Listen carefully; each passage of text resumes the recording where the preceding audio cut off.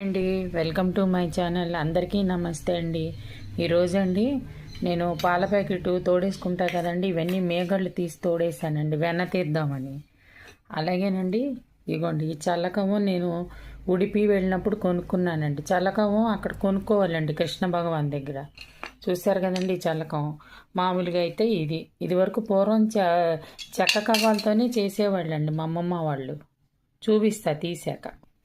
చూశారు కదండి, ఇలా చేసుకోవాలి. అందరికీ తెలుసు, నేను తెలియదని కాదు, చూపిద్దామని నాకు సరదా ఎట్లాంటివి. అందుకని నేను శాంతం తీసి గిన్నెలో పెట్టాక చూపిస్తానండి. చూశారు కదండి, ఈ విధంగా ఇదిగోండి కవ్వానికి కూడా ఇలా అంటింది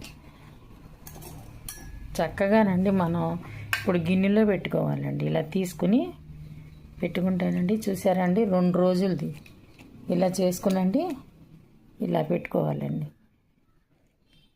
చూశారు కదండి, ఇలా తయారు చేసుకునండి. మనం కృష్ణయ్యకి పెట్టుకోవచ్చు, చక్కగా ఏదైనా చేసుకోవచ్చు. మన ఇంట్లో చేసుకుని వేసుకుంది సంతోషం కదండి. ఇదండి 2 రోజులదేనండి, 2 రోజులు పాల ప్యాకెట్. అదే గేదె పాలు అయితేనండి ఇంకా బాగా వస్తుందండి చక్క. చూశారు కదండి, వెన్నపూస అందరికీ తెలుసు, ఏదో నాకు సరదా కొద్దీ చేశానండి.